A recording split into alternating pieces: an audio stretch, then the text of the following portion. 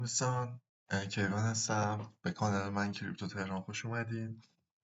امیدوارم که روزهای خوبی رو سپری کنین. فکر کنم من با این رشد قیمتی بیت کوین 97 98 هزار دلار حتی به 99 هزار هم نزدیک شد.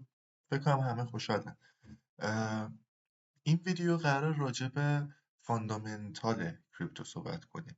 یعنی چه چیزهای فاندامنتالی روش تاثیر میذارن، اصلا به چه درد میخوره، آیا به دردمون میخوره، چرا به دردمون میخوره، تاریخ چی رو نشون داده. راجع به اینا قرار صحبت کنیم. خب مستقیم میرم سراغ اصل مطلب. اولین موضوعی که ما با قرار صحبت کنیم این بالانس شیت. بالانس شیت یا همون حالا به اختصار خودمون اون پولی که در اختیار فدرال رزرو، این چارتی که دارید میبینید. ببینید توی این 2 3 سال گذشته ما چه اتفاقی برامون افتاد. خب شما اگه بازارهای مالی مثلا S&P رو نگاه بکنید، اتفاقی که افتاد این بود که اینجا رو دارین میبینین یه ریزش شدیدی به خاطر کرونا اتفاق افتاد. وقتی کرونا اتفاق افتاد به صورت خیلی یه شبه یهو نرخ بیکاری رفت خیلی بالا و وقتی نرخ بیکاری خیلی میره بالا این دولت‌ها لرزه به تنشون میاد. چرا؟ خب وقتی بیکاری خیلی بالا باشه یه عالمه مشکلات دیگه زنجیره‌وار به این وصل میشه. برای اینکه بتونن بیزنس ها رو ساپورت کنن، خب تو این اتفاق خیلی بیزنس ها نابود شدن دیگه. تو همین اتفاقی که اینجا افتاد اومد فدرال رزرو چیکار کرد. شما اگه بیان اینو نگاه بکنید مثلا اینجا مثلا مارچ 2020 بود. فدرال رزرو کاری که اومد انجام داد این بود که آره نگاه کنین دقیقا همین مارچ 2020 اینجا تازه از قبلم شروع کرده بود ولی خب این یهو این رشد عجیب غریبی که انجام داد به خاطر این بود که خب کرونا بود و برای ساپورت کردن و حمایت کردن بیزنس ها اومد یهو یه پول زیادی و 2 تریلیون دلار میبینین دیگه در عرض مثلا خیلی مدت کمی 4 به 7 3 تریلیون دلار حتی به بازار تزریق کرد که همین باعث خب رشد عجیب غریب بازارا شد. یعنی شما اگه بیاین چارت رو یه بار دیگه نگاه کنیم مثلا پیو من حالا به عنوان چارت بازارهای مالی 500 تا بیزنس برتر آمریکا رو داره نشون میده. ما هم همین حالا به عنوان مثلا بازار مالی در نظر میگیریم. میبینیم که چه رشد عجیب غریبی کرد دیگه بازارها.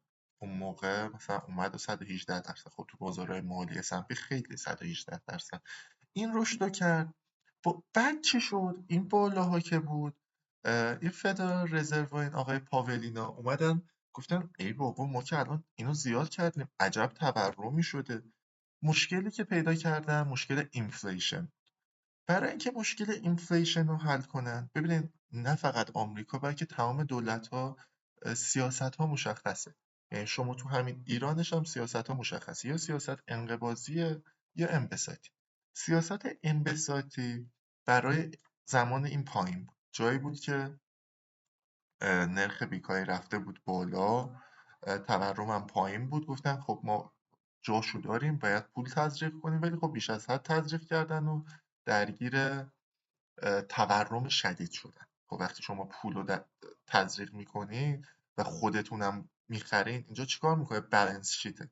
یعنی چی؟ یعنی میاد اوراق قرضه رو خود بانک میخره. شما فکر کنید وقتی که بانک میاد این کارو میکنه خب چه اتفاقی میفته؟ بازارها جون میگیرن دیگه. شما فکر کنید مثلا بزرگ یکی از گولهای بازار چیزی به نام بانک مرکزی خودش داره تو بازار خرید میزنه. خب همه هم به تبع اون میان و این خرید رو میزنن دیگه. ولی خب به یه جایی رسید دیدن آقا اوضاع خرابه. خب نرخ بیکاری الان ما کنترل کردیم، نرخ بیکاری دوباره اومد اوکی شد. حالا من بهتون نشونم بدم.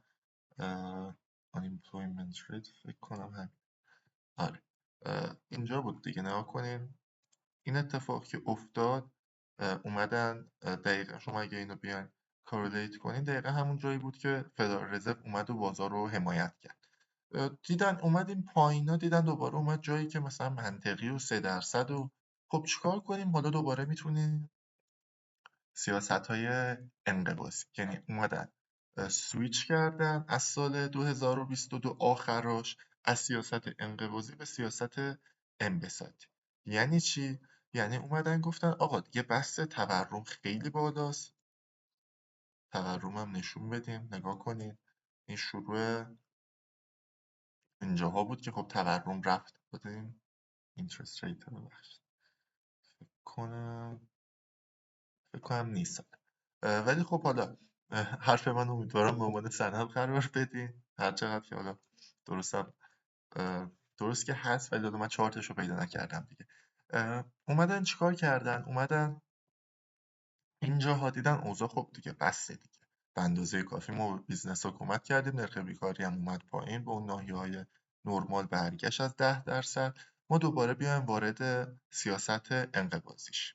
سیاست انقباضی چیکار میکنه؟ میاد همون اوراق قرضه‌ای که توی این مدت خریده رو، همون اوراق قرضه رو با خیلی پیس آرومتر، نه پیسی که اینجا داشت و این خرید سریعی که داشت، با یه پیس خیلی آرومتر اومد و فروختن شروع کرد و همین باعث شد که خب بازارها تحت تاثیر قرار بگیرن و اینها.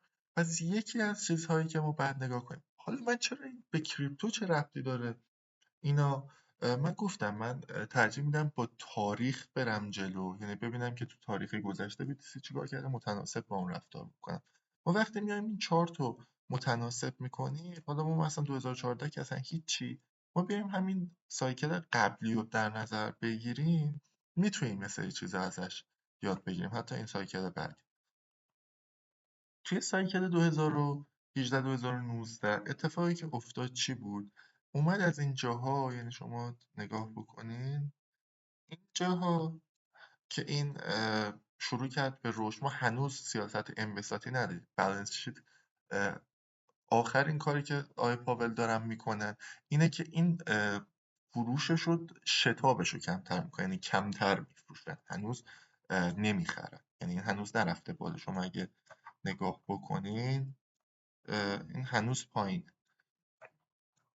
خب می‌بینیم دفعه قبل که اینا شروع کردن به خریدن چه اتفاقی توی بازار کریپتو افتاده.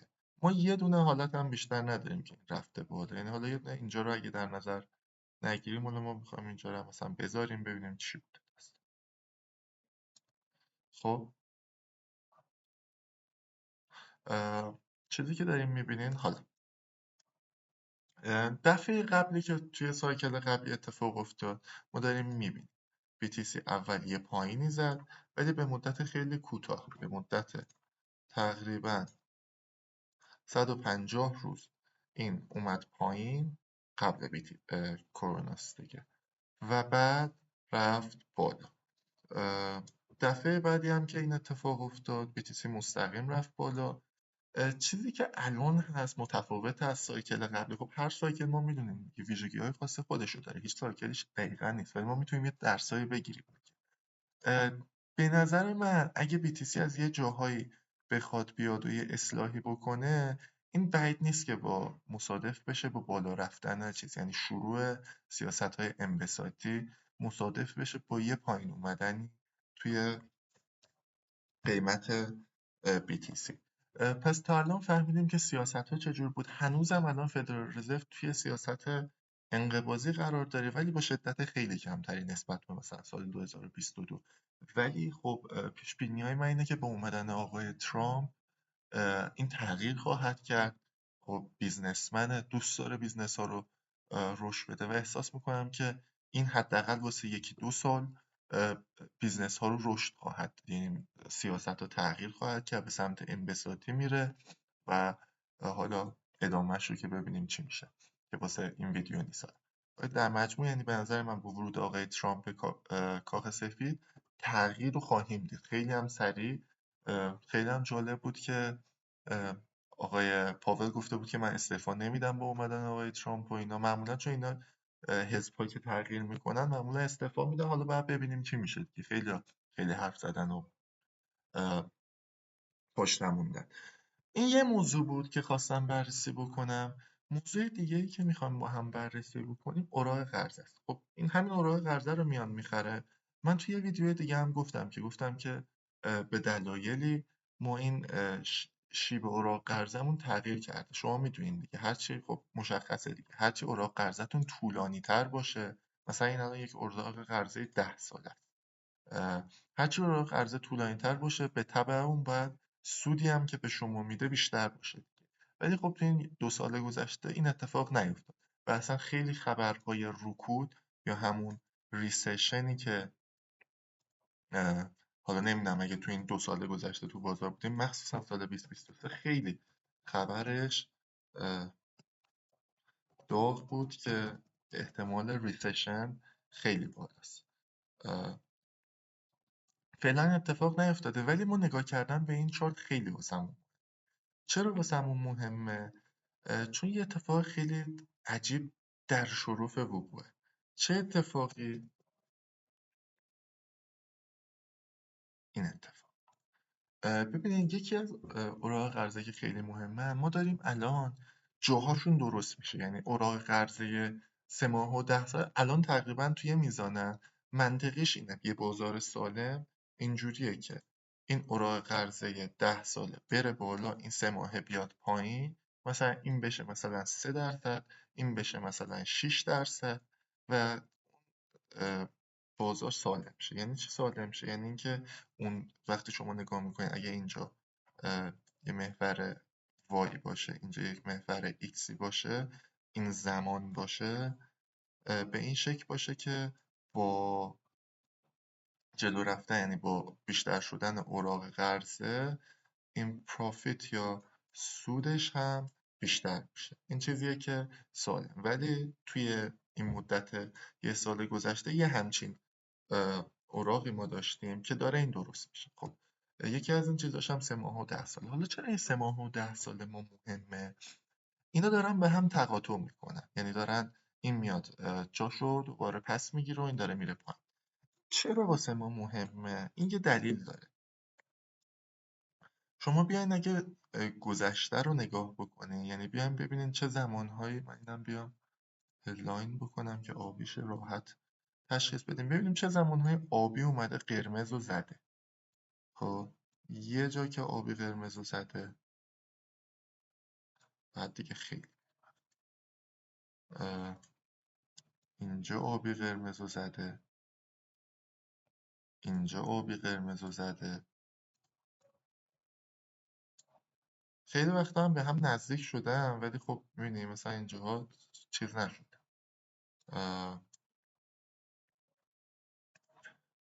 بیایم اینجا رو بررسی بکنیم، می‌بینیم که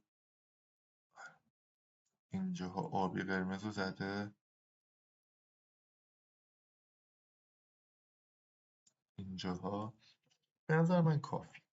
بریم حالا بیایم یه دونه چیز دیگه S&P رو به عنوان شاخص بازارهای مالیمون بررسی کنیم، ببینیم بازارهای مالی متناسب با اینکه یه همچین اتفاقی افتاده تو این حوالی چه اتفاقی واسهشون افتاده دیگه.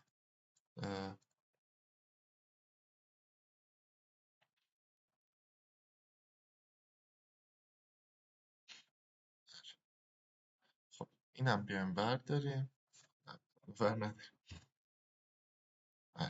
خب میایم میبینیم دیگه، نها کنین یک داونی داشته، بازار یک داونی داشته، اینکه 2008 اصلا داون خیلی هم مهمی بوده. دوباره برگردیم به عقب، جالبه که هم 2008 و هم 2000 ما رکود رو تجربه کردیم دیگه. اینجا هم فکر کنم داشته، من اشتباهی مطمئنم که داشته ولی من اشتباهی فکر کنم نزدمش. آره دیگه نها کنیم اینجا بشه. خب اصلا قبلش نه ببخشید اینو میخواستم نشون بدم. نها کنین آبی اومده اینجا زده و بازار ریخت، می‌بینین؟ اینو میخواستم نشون بدم. به خاطر همین مهمه، هر دفعه که این اتفاق افتاده بازارها یه داونی رو تجربه کردن. شما اگه نگاه کنین اینجا داون، اینجا داون، حالا مدت و مقدارش فرق میکنه ولی خب این نشون دهنده. و این چرا مهمه؟ ما توی ویدیوهای قبلی یه چیزی رو توضیح دادیم به نام،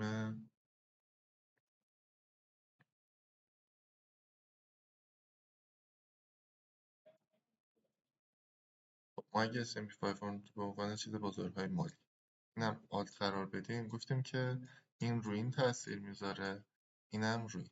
خب یعنی اگه S&P بریزه شما شک نکنید که BTC هم، مخصوصا اگه یه همچین مثلا ریزش یهو مثلا 10-20% امکان نداره که BTC تاثیر نپذیره ازش، حداقل تو اون اول. شاید مثلا مال اون ادامه دار باشه ولی BTC بتونه خودش رو ریکاور کنه، ولی 100% اون اول تاثیرش رو خواهد داشت. به خاطر همینم اوراق قرضه و 3 ماه و 10 سال تقاطعشون با 3 ماه مهمه. موضوع بعدی که میخوایم صحبت کنیم، ما راجع به نرخ بیکاری و اینترست ریت یا نرخ بهره، که نرخ بهره دقیقا یکی دیگه از سیاست‌های مالی فدرال رزرو برای اینکه این چرخه ها رو کنترل بکنه. شما اگه بیاین اینجا نگاه بکنین، خب ما اول بیایم راجع به unemployment rate صحبت کنیم، نرخ بیکاری. الان چی مهمه واسه ما؟ من اصلا اینا رو دارم میگم واسه 2-3 ماه آینده ما باید یه سری دیدگاه ها داشته باشیم. من اگه بیارم اینم بکنم،